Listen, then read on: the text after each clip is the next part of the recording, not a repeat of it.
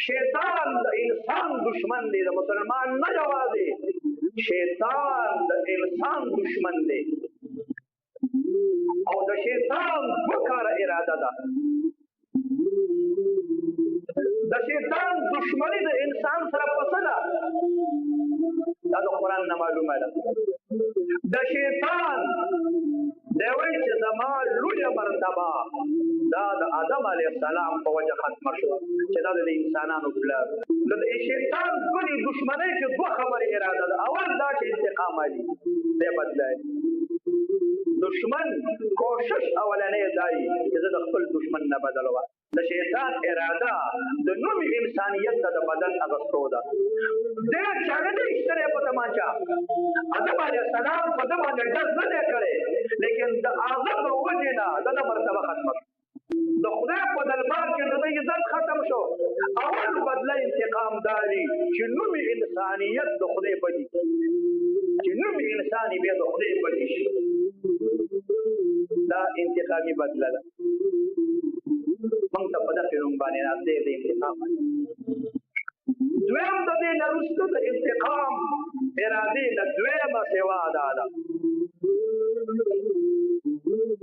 چې د انسان چې دی څومره دی نو سره خو به ده ومنله دا انتقام یلي البه لکونو کلونه ووتل، زرګونو کلونه چې دا کار ده شروع کړی ده لګیا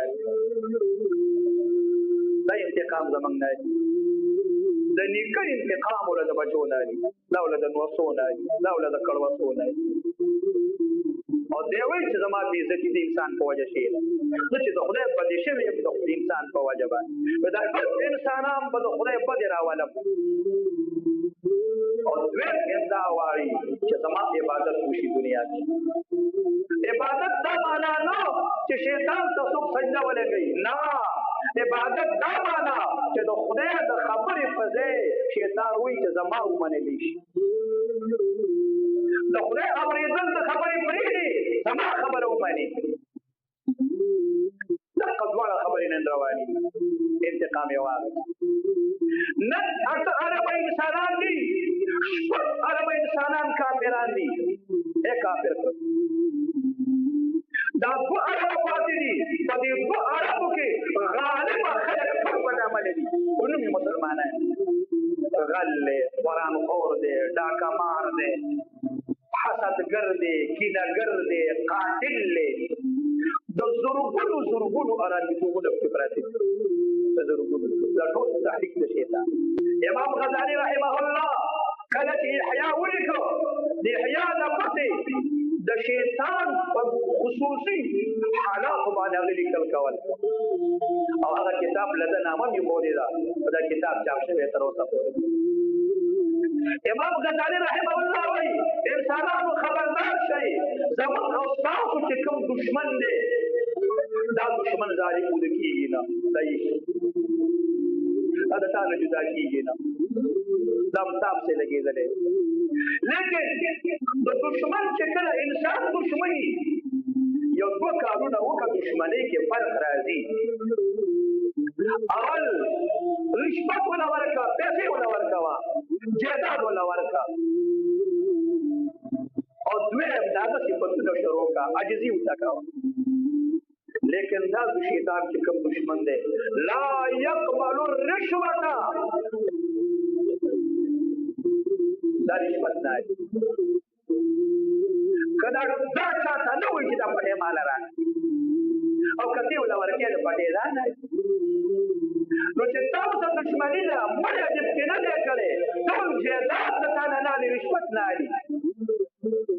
او دویم چې صفتونه ولکې خوشامندین یې ولکې هم په خوشامندینو په صفتونو کولو دې خپله دشمني نه پرېږدي، نه کمري او نه پرېږدي. عمر له مسلسل لګیا دی، مسلسل لګیا دی. اول ځل در باندې کوشش کوي چې د خیر کار ته تا پرېږدي ته لاړ شي. بیا چې د خیر کار ته لاړې رکاوټونه ته پیدا کوي او رکاوټونه چې ونه شوله بیا درله نیت خرابوي. ولا تجد اکثرهم شاکرین.